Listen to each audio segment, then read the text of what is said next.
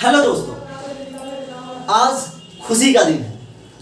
खुशी किस बात का? खुशी इस बात की है कि आप रियाज मोटिवेशन चैनल पे स्टडी विथ मी सेशंस को देख रहे थे। उससे बहुत सा लोग को तो फायदा हो रही थी, लेकिन कुछ ऐसे स्टूडेंट थे जिन्होंने कमेंट किया कि भैया आप बायो में मुझे हेल्प कीजिए।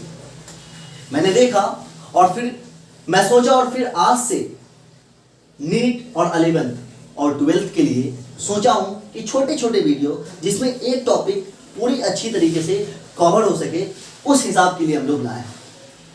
आज जो हम स्टार्ट करेंगे 11th क्लास का द लिविंग वर्ल्ड, और इस वीडियो को देखने के बाद आपका नीट 2021 में 4 नंबर फिक्स हो जाएंगे।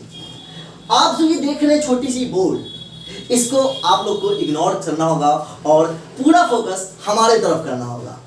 इस जो चीज देख रहे हैं इस छोटी सी बोर्ड में, ये आपके नीट 2021 के लिए मतलब 2021 के लिए ये बहुत ही फायदेमंद साबित होगा। तो चलिए हम लोग बिना समय गवाए हम लोग स्टार्ट करते हैं अपने लेक्चर्स को।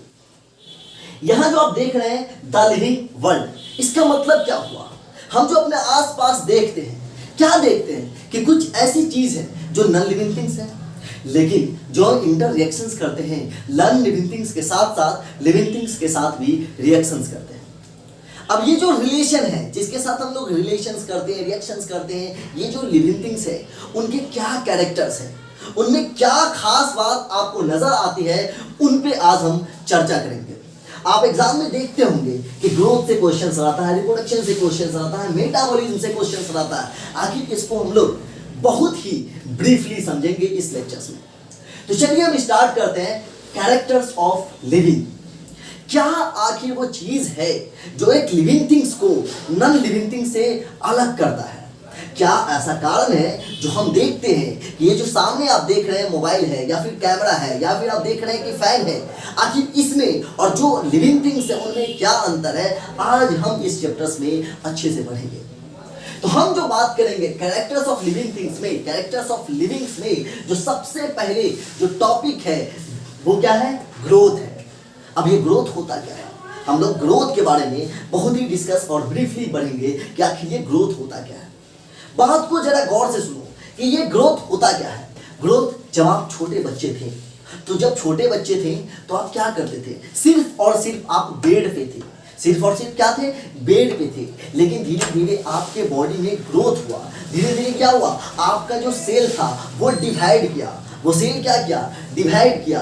डिवाइड करने के बाद वो ग्रुप ऑफ सेल आपको टिश्यू मतलब आपके टिश्यू में इंक्रीज किया। तो क्या हुआ? वो ग्रोथ होता है। मतलब ग्रोथ समझिए क्या होता है कि जो डिवीजन ऑफ सेल होता है यूनिसेलुलर में, क्या होता है कि ग्रोथ और जो डिवीजन है वो एक प्रकार का सेम फिनोमेना है। ग्रोथ और रिप्रोडक्शन क्या होता है? सेम फिनोमेना है। तो ग्रोथ की बात अगर करते हैं हम, तो ये 2 प्रकार का ग्रोथ होता है। कितने टाइप्स के ग्रोथ होते हैं? ग्रोथ आपको 2 प्रकार के होंगे। पहला क्या होगा? इंट्रिंसिक ग्रोथ, और दूसरा क्या है? Extrinsic growth. अब ये इंट्रिंसिक ग्रोथ के बारे में हम पढ़ेंगे। ये इंट्रिंसिक ग्रोथ होता क्या है? जरा आप सोचिए, कभी आप देखे हैं कि हमारे शरीर के अंदर छोटी छोटी, पहले जब बचपन में थे तो हमारा जो स्मॉल इंटेस्टाइन था, हमारा जो लीवर था, हमारा जो हार्ट था, ये क्या था? छोटा रहा होगा। तो ये छोटा जो हार्ट थे हमारे, उनमें ग्रोथ हुआ है, वो फिर बड़ा हुआ है। आप जो भी हमारे मतलब रिप्रोडक्टिव ट्रैक्ट हो गए या फिर जितने भी चीज हैं जो इंटरनल ऑर्गन है, उनके अंदर क्या हुआ है कि ग्रोथ हुआ है। मुझे लगता है कि जो छोटे बच्चे थे तो उनमें लिवर्स की साइज कम थी। अब आज 1.2 से 1.5 केजी का लिवर्स हमारे अंदर है। हार्ट जो है वो छोटे थे पहले, लेकिन आज बड़े हैं। तो ये हुआ इंट्रिंसिक ग्रोथ, मतलब शरीर के अंदर होने वाली ग्रोथ को हम लोग कहते हैं इंट्रिंसिक ग्रोथ कहते हैं। दूसरा टाइप आप देख रहे हैं एक्सट्रिंसिक ग्रोथ। ये एक्सट्रिंसिक ग्रोथ होता क्या है? ये जो एक्सट्रिंसिक ग्रोथ है दोस्त, ये एक्सटेंसिव ग्रोथ आपको लिविंग थिंग्स के अंदर भी देखने को मिलेगा, और साथ ही साथ आपको ये ग्रोथ नॉन लिविंग थिंग्स को देखने को मिलेगा। बोलेगा सर ये जो आप लिखे कैरेक्टर्स ऑफ लिविंग, तो आप जो बोल रहे हैं कि नॉन लिविंग थिंग्स में ग्रोथ कैसे हो सकता है? तो जरा सोचो, ये जो आप देखते हैं सैंड, सैंड का जो ढेर होता है ना, बालू, जिसकी बालू कहते हैं, या फिर रॉक, जो पहाड़ होते हैं उनके जो पत्थर होते हैं, उनमें क्या होता है? धीरे धीरे उसमें ग्रोथ होती है, उसके अंदर क्या होती है, ग्रोथ होती है। तो ये नॉन लिविंग थिंग्स को भी शो करता है। तो ये बात मैं पिन अप करना चाहता हूँ कि जो एक्सटेंसिव ग्रोथ है वो नॉन लिविंग थिंग्स भी शो करता हो, और यही बात आगे चल के मैं बताऊंगा, क्योंकि ये बहुत ही बेनिफिशियल बात है। इससे क्वेश्चंस आती है कि क्या ग्रोथ लिविंग प्रॉपर्टीज को शो करता है, क्या 100% को डिफाइन कर पाता है ग्रोथ को? तो आपका जवाब होगा नहीं, ये ग्रोथ जो है वो डिफाइनिंग प्रॉपर्टीज नहीं है। ग्रोथ क्या है, डिफाइनिंग प्रॉपर्टीज नहीं। एक तरफ बात करते हैं थोड़ा सा और कि ग्रोथ का एक और टाइप्स है, उनका भी दो टाइप्स है। पहला क्या है, इनडिटरमिनेट ग्रोथ, और दूसरा क्या है, डिटरमिनेट ग्रोथ। अब ये बात होती क्या है, जरा आप सोचे होंगे, जब हम लोग प्लांट, छोटे प्लांट को देखते हैं तो वो उसके अंदर ग्रोथ होती है ना, छोटा प्लांट जो होती है उसके अंदर क्या हुआ, ये जो एक प्लांट है, ये जो एक प्लांट है, ये जब छोटा रहा होगा तो ये कुछ छोटी सी रहा होगा, लेकिन इसके अंदर क्या हुआ, टाइम के साथ इसके अंदर ग्रो अप होने स्टार्ट हो जाता है। तो ये ग्रोथ क्या होता है कि हर वक्त अपने लाइफ टाइम में, ये हमेशा, आप कभी बच्चे रहे होंगे तो, या फिर जब जरूरत पड़ती है तो हम पेड़ के टहनी को काट देते हैं। जब हम पेड़ के टहनी को काट देते हैं तो क्या वो पेड़ फिर से वो दूसरा जो टहनी होती है, जो ब्रांचेज होती है, क्या वो फिर से नहीं आ जाती है? तो ये जो आया ना, ये अपने लाइफ टाइम में कभी भी ग्रोथ कर लेता है। वो अपने लाइफ टाइम में जो प्लांट है ना, वो कभी भी ग्रोथ कर लेता है। इस ग्रोथ को हम लोग कहते हैं इनडिटरमिनेट ग्रोथ। मतलब कोई डिटरमिनेट नहीं है, कब तक ग्रोथ होगा ये कोई नहीं जानता है। लेकिन जो आप एनिमल्स के अंदर देखते हैं, जो भी एनिमल्स के अंदर आप देखते हैं, ये एनिमल्स के अंदर कैसा ग्रोथ होता है, एक सर्टेन टाइम में ग्रोथ रुक जाता है। जब हम बच्चे थे तो हमारा ग्रोथ हो रही थी, हमारा ग्रोथ यानी हमारा सेल डिवीजन फास्ट हो रहा था, एक सेल से दूसरा सेल जल्दी बन रहा था, तो हमारा ग्रोथ हो रही थी। लेकिन जब हम बड़े हो गए, एक सर्टेन एज जब चली जाती है तो ग्रोथ एनिमल्स का रुक जाता है। तो क्या हुआ, एक डिटरमिनेंट है, एक सर्टेन टाइम पीरियड के टाइम तक ग्रोथ होता है, तो उस ग्रोथ को हम लोग कहते हैं डिटरमिनेंट ग्रोथ कहते हैं। डिटरमिनेंट है वो एक फिक्स है। चलिए हम बात करते हैं ग्रोथ। समझने में दिक्कत हुई क्या? ग्रोथ क्या है? ग्रोथ हम जानते हैं कि ये जो ग्रोथ हुआ ये दो प्रकार का, एक इंट्रिंसिक और एक एक्सट्रिंसिक, और दूसरा इंडिटरमिनेट और डिटरमिनेंट। सबसे बड़ी बात ये रखना है कि ये जो ग्रोथ है वो डिफाइनिंग प्रॉपर्टी शो नहीं करता है, वो डिफाइनिंग प्रॉपर्टी नहीं शो करता है। ग्रोथ में सबसे इंपॉर्टेंट बात ये है कि ग्रोथ डिफाइनिंग प्रॉपर्टीज को, ये डिफाइनिंग प्रॉपर्टी को शो नहीं करता, और ये एग्जाम में क्वेश्चंस आ चुकी है नीट में कई बार। अगेन दूसरा टॉपिक आता है रिप्रोडक्शंस। ये बहुत ही जो सेंसिटिव टॉपिक है कि ये रिप्रोडक्शंस होता क्या है। रिप्रोडक्शंस ये भी दो प्रकार का। रिप्रोडक्शंस क्या हुआ, जो भी लिविंग ऑर्गेनिज्म है वो अपनी कंटिन्यूटी, रेस मतलब अपने स्पीसीज को ग्रो करना चाहता है, 1 से 2, 2 से 4, ये होना हर लिविंग का ये कैरेक्टर्स है। लेकिन मैं बताऊंगा कि कौन ऐसे लिविंग है जो कि रिप्रोडक्शंस को शो नहीं करता, मैं बाद में बताऊंगा। पहली बात तो ये सुनना है कि ये जो रिप्रोडक्शंस है, हर लिविंग ऑर्गेनिज्म अपने रेस के कंटिन्यूटी को बढ़ाते रहने के लिए रिप्रोडक्शंस करता है। मेल और फीमेल्स दोनों मिलकर रिप्रोडक्शंस करते हैं। तो दो प्रकार के रिप्रोडक्शंस भी होते हैं। पहला क्या है, असेक्सुअल रिप्रोडक्शन है, दूसरा क्या है, सेक्सुअल रिप्रोडक्शन। अब ये जो असेक्सुअल रिप्रोडक्शन है, वो सेक्सुअल रिप्रोडक्शन, असेक्सुअल रिप्रोडक्शन क्या होता है, ये आपको यूनिसेलुलर ऑर्गेनिज्म करता है। कौन सा करता है, यूनिसेलुलर ऑर्गेनिज्म करता है, और साथ ही साथ ये आपका हायर प्लांट वगैरह सब क्या करता है, असेक्सुअल रिप्रोडक्शंस को शो करता है, जो कि ब्रीफली हम लोग आगे के चैप्टर्स में पढ़ेंगे। दूसरा सेक्सुअल रिप्रोडक्शन का आपको अलग से ही 12th में एक चैप्टर है, उनमें बहुत ही अच्छे से डिस्कस करके इनके चैप्टर्स को पढ़ेंगे। फिलहाल आपको जानना है कि रिप्रोडक्शन दो टाइप्स के होते हैं, एक असेक्सुअल होते हैं, दूसरा सेक्सुअल रिप्रोडक्शन होते हैं। अब हम बात करते हैं मेटाबॉलिज्म के बारे में बात करते हैं। ये जो लेक्चर्स है आप इनको कंसेप्ट से कुछ सुनिए, क्योंकि इससे नीट 2021 में 4 मार्क्स आपका 110% है। अब हम बात करते हैं मेटाबॉलिज्म के बारे में। मेटाबॉलिज्म होता क्या है? मेटाबॉलिज्म, समझिए बात को कि मेटाबॉलिज्म होता क्या है। आप हमारे शरीर के अंदर बहुत से मॉलिक्यूल्स आपस में जुड़ता है, और बहुत सी मॉलिक्यूल्स क्या होता है, आपस में टूटता है।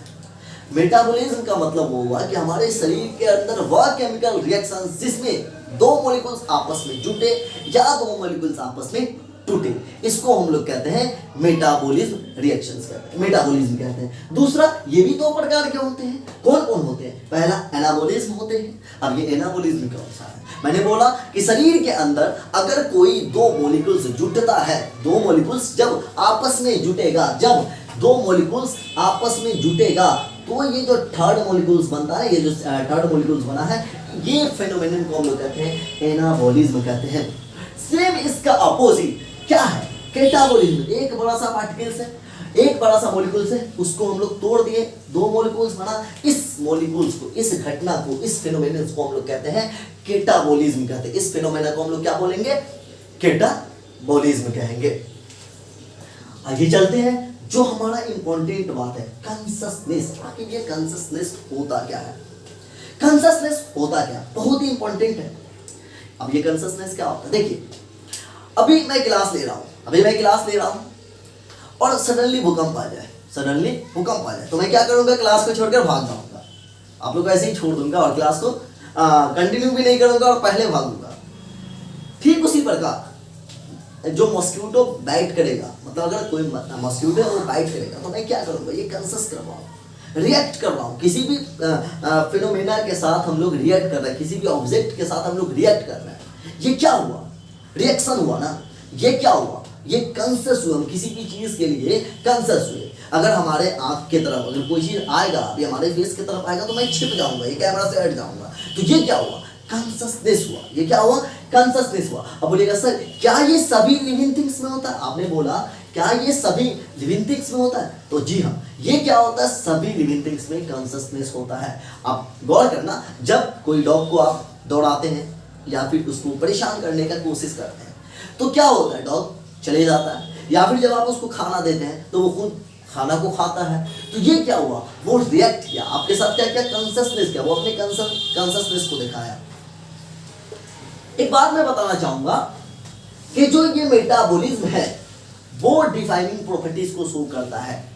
क्यों, क्योंकि ये जो मेटाबॉलिज्म है वो हर एक लिविंग थिंग्स के अंदर होता है, लेकिन रिप्रोडक्शन ये आपका डिफाइनिंग प्रॉपर्टीज नहीं है। रिप्रोडक्शन क्या है, डिफाइनिंग प्रॉपर्टी नहीं है। ये जो है डिफाइनिंग प्रॉपर्टी नहीं है, मैं बाद में बताऊंगा इसके बारे में। अब हम बात करते हैं कॉन्शसनेस के बारे में, कॉन्शसनेस के बारे में बात कर लिए, क्या कॉन्शसनेस होता है। लेकिन जो सेलुलर ऑर्गेनाइजेशन है ये क्या है, ये भी एक डिफाइनिंग प्रॉपर्टीज है। ये क्या है, एक डिफाइनिंग प्रॉपर्टीज है। अब ये जो सेलुलर ऑर्गेनाइजेशन है, ये इसका मतलब क्या हुआ, देखना तुम पोरीफेरा को देख लो, वो क्या है, वो सेल का ग्रुप है, वो सेलुलर लेवल ऑर्गेनाइजेशन को शो करता है। फिर आप कॉलेंटेटा को देखो, वो क्या करता है, टिश्यू लेवल ऑर्गेनाइजेशन को शो करता है। लेकिन हम लोग क्या, ऑर्गेन सिस्टम्स है हमारे पास। प्लांट के पास क्या है, ऑर्गेन है। तो ये जो सिस्टम्स है इन्हीं को हम लोग कहते हैं सेलुलर ऑर्गेनाइजेशन। मतलब क्या है, हर एक लिविंग थिंग्स का अपना अपना एक ऑर्गेनाइजेशन है, चाहे वो ह्यूमंस हो चाहे वो प्लांट हो, इन सब का एक ऑर्गेनाइजेशन है। तो ये एक प्रकार का डिफाइनिंग प्रॉपर्टी, जितने भी लिविंग थिंग्स है उनके अंदर आपको सेलुलर ऑर्गेनाइजेशन देखने को मिलेगा।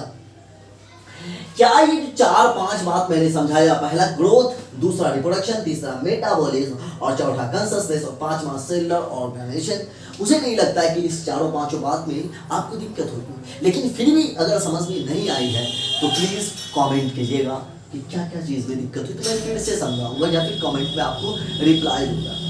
अगर मैं जो बात करूंगा कि ये सेल्फ कॉन्शसनेस आपको दिख रहा है, आखिर ये होता क्या है, ये जो सेल्फ कॉन्शसनेस है ये होता क्या है। अब ये सेल्फ कॉन्शसनेस देखिए, ये सिर्फ और सिर्फ ह्यूमंस के अंदर होती है, ये सिर्फ और सिर्फ हम ह्यूमन इंसानों के अंदर होती है।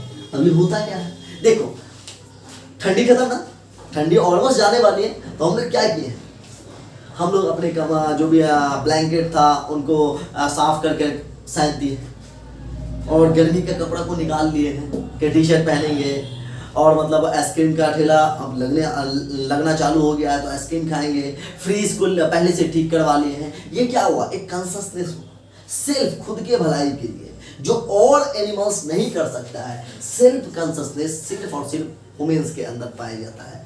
इसका मतलब ये हुआ कि हम किसी चीज को पहले से, जैसे फॉर एग्जांपल मुझे वीडियो रिकॉर्ड करना था तो मैं पहले से स्टैंड ले आया हूं, तो ये क्या हुआ, कॉन्शसनेस तो हुआ, लेकिन सेल्फ कॉन्शसनेस हुआ।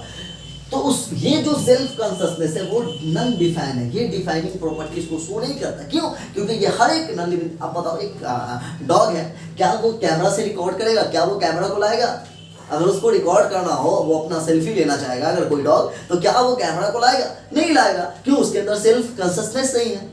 अगर उसे ठंडा लगता है तो क्या वो अपना खुद से अच्छा से घर बना सकता है? नहीं। क्या वो ब्लैंकेट ला सकता है ठंडी में? नहीं ला सकता। तो ये जो एक्स्ट्रा चीज देख रहे हैं, एक्स्ट्रा रिएक्शन देख रहे हैं, एक्स्ट्रा इंटरएक्शन देख रहे हैं, ये क्या हुआ? ये सिर्फ और सिर्फ इंसानों के अंदर होता, हम ह्यूमंस के अंदर होती। तो सेल्फ कॉन्शियसनेस डिफाइनिंग प्रॉपर्टीज नहीं है। अब एनसीईआरटी का एक लाइन उठाए जो बहुत ही इंपॉर्टेंट है और स्टार मार्क्स हो सकता है एग्जाम में इसी से क्वेश्चन आए। ये क्या कहता है? Isolated metabolic reactions in vitro are non living thing. हम लोग आजकल देखते हैं कि टिश्यू कल्चर्स को देख लिए, या फिर हम देखते हैं कि मतलब एक टेस्ट ट्यूब के अंदर इन विट्रो उसके अंदर केमिकल रिएक्शंस करते हैं जो कि लिविंग रिएक्शन होता है। तो क्या वो लिविंग थिंग्स है? नहीं, उनके अंदर लिविंग थिंग्स नहीं। अब बोलोगे सर उसके अंदर लिविंग थिंग्स क्यों नहीं? क्यों? क्योंकि उनके अंदर हो सकता है ग्रोथ हो सकता है, लेकिन क्या वो रिप्रोडक्शन करेगा?